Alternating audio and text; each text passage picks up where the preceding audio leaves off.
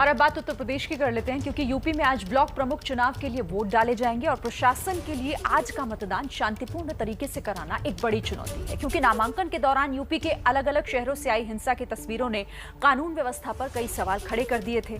नामांकन के दौरान लखीमपुर में समाजवादी पार्टी की महिला कार्यकर्ता के साथ हुई बदसलूकी को लेकर यूपी की सियासत गर्म है।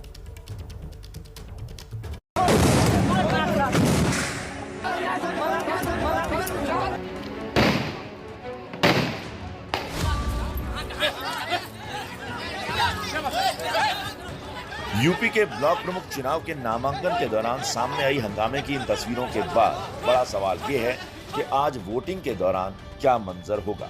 लखीमपुर खीरी में एक महिला के साथ बदसलूकी के मामले में सख्त कार्रवाई करके योगी सरकार ने ये संदेश देने की कोशिश की है कि कानून हाथ में लेने वालों को बख्शा नहीं जाएगा।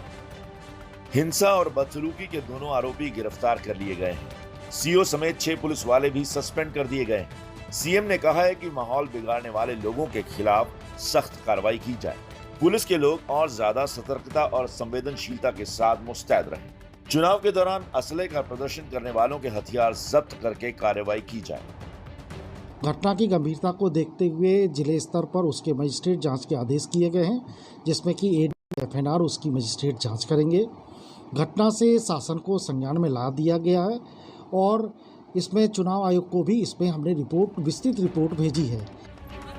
लखीमपुर खीरी मामले में कार्रवाई के बावजूद इस मामले में सियासत गर्मा गई है। समाजवादी पार्टी के अध्यक्ष अखिलेश यादव के निशाने पर बीजेपी है। एक माँ के साथ, एक बेटी के साथ, एक बहन के साथ ऐसा हुआ वो व्यवहार, ये भारतीय जनता पार्टी जो अपने दुहाई देती थी कि इससे साफ सुथरी पार्टी कोई नहीं है, लोकतंत्र की पसदर बनने वाली, और फिर तब जब उत्तर प्रदेश के मुख्यमंत्री एक योगी हों, एक उत्तर प्रदेश के मुख्यमंत्री योगी हों, उन्होंने किसको खुली छूट दी थी? कहीं यही लगता है कि भारतीय जनता पार्टी ने पूरी तरीके से गुंडों को छूट दी थी।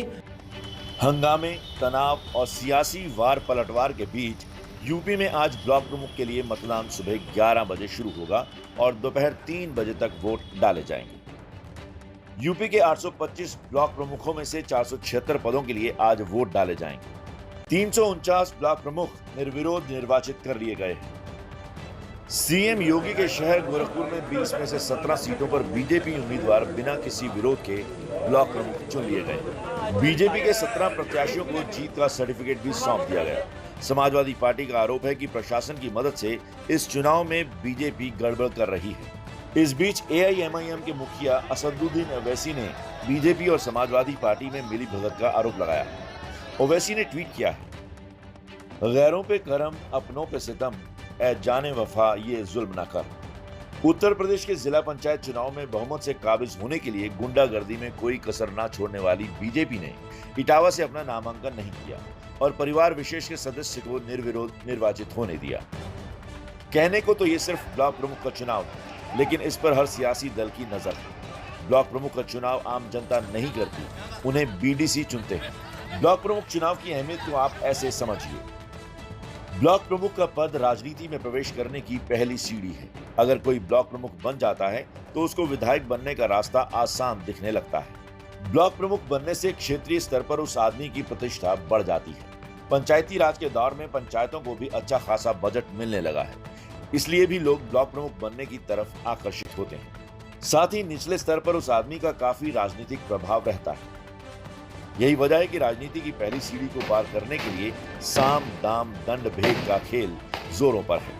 अब नजर आज होने वाले चुनाव पर है, जिसे शांतिपूर्ण तरीके से संपन्न करवाना प्रशासन के लिए कड़ी चुनौती है।